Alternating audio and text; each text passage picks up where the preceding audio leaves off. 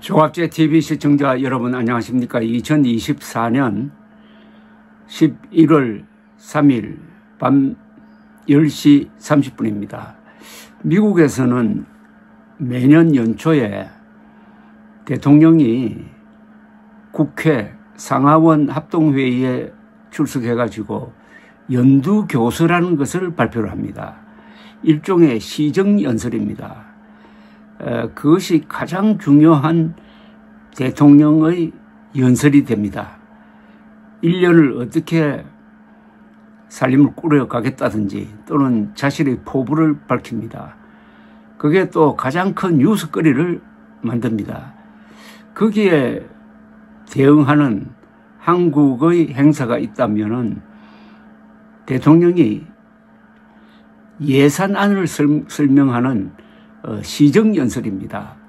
예산안을 국회에 내면서 거기에 기초해가지고 내년도 국정을 어떤 방향으로 이끌어 가겠다. 이게 대통령이 할 수 있는 가장 중요한 연설인데 윤석열 대통령이 내일 국회 시정연설을 직접 하지 않고 한덕수 국무총리가 대독하겠다고 합니다. 한 11년 만에 처음 있는 일입니다. 이게 좀 이상하게 느껴지는 것은 윤석열 대통령은 국회 개원식에도 불참을 했습니다. 그 이유는 대통령을 예우해주지 않는다. 민주당이 그걸 이유로 들면서 그런 험한 꼴을 당하지 않겠다는 취지였던 것으로 보입니다. 아마도 요사이 김건희 여사 문제로 또 의료대란 문제로 윤석열 대통령이 코너로 몰려있고 야당이 퇴진운동 비슷한 것까지 지금 벌리고 있으니까 국회에 나가서 대통령으로서 예우를 받지 못한다. 삿대질을 당한다. 또는 피켓 시위가 있다. 그걸 참기 어렵다는 대통령의 태도로 짐작이 됩니다.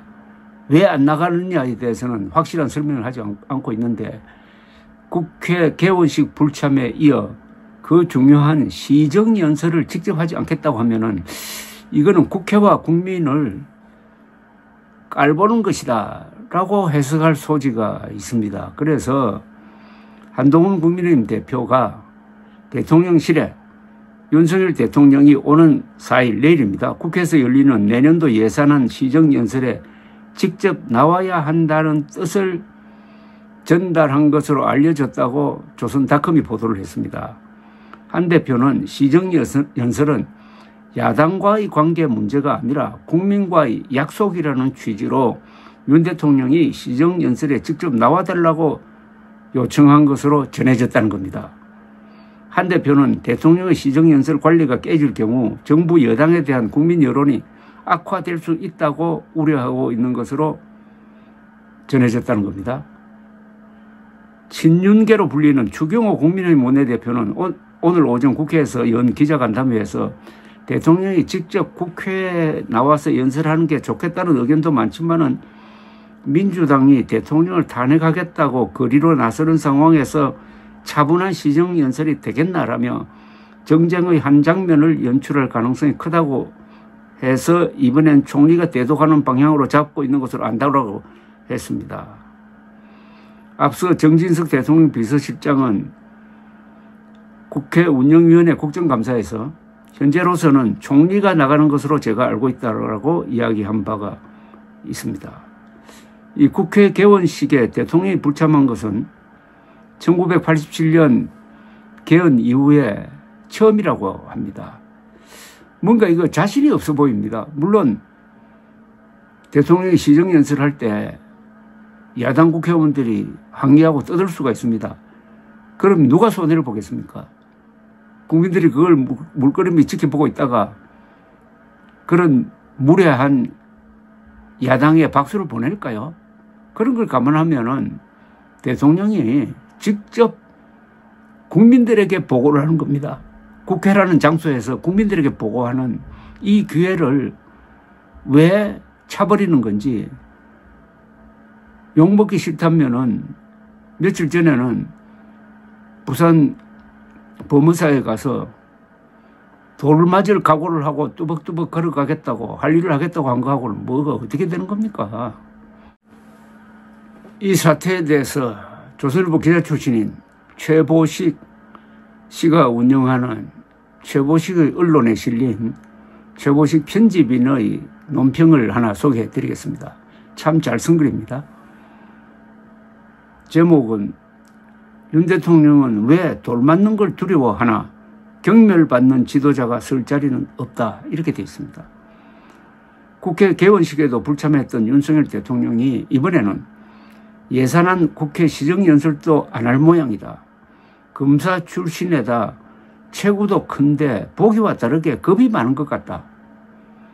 정진석 대통령 비서실장은 국회 운영위원회 국정감사에 출석해 예산 시정연설에는 대통령 대신 국무총리가 나가는 것으로 알고 있다며 대통령이 매년 하는 것은 아니고 총리가 대신하는 경우도 종종 있었다고 말했습니다. 국회에 가면은 김건희 여사 문제, 명태균과 통화 녹취록 등으로 야당으로부터 하야나 탄핵 소리가 나올 게 틀림없고 연설을 한들 야유와 조롱, 비난을 받게 될 게 뻔해 그럴 것이다. 대통령의 예산안 시정연설은 박근혜 정부부터 매년 행해져와 이제 거의 관례로 잡았다. 박 전 대통령은 탄핵으로 물러나기 전까지 4년 임기 내내 예산안 시정연설을 통해 정부의 정책 기조를 설명했다. 문재인 전 대통령도 5년 연속 직접 본 예산안 시정연설을 했다.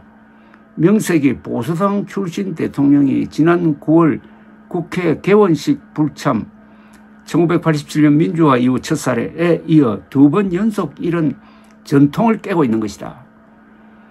윤 대통령의 국회 불참은 마치 그 순간을 피하고 눈 막고 귀 가리면 된다고 여기는 것과 흡사하다.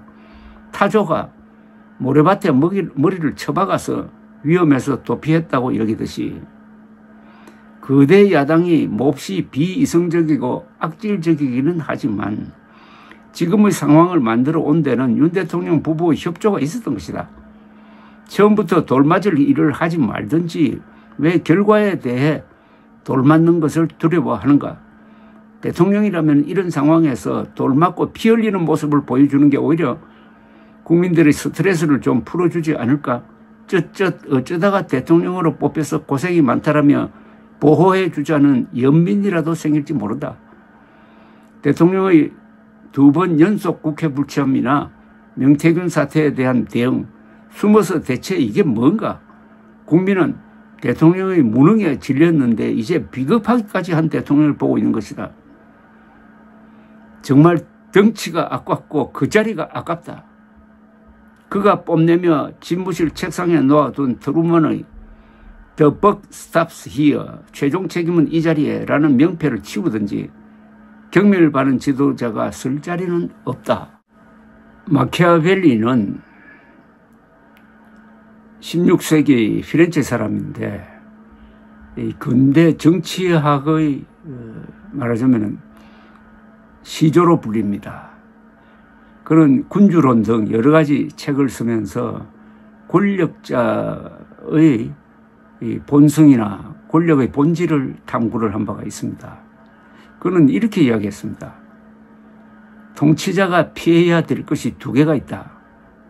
하나는 원한을 사는 것이고 또 다른 하나는 경멸을 받는 것이다.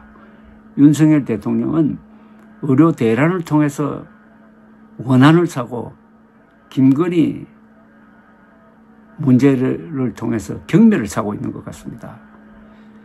경멸 받는 대통령을 우리는 지켜봐야 하는 스트레스를 안고 살아갑니다. 내일 윤석열 대통령이 국회에서 보이지 않는다는 것은 일종의 대통령 실종 사태입니다. 감사합니다.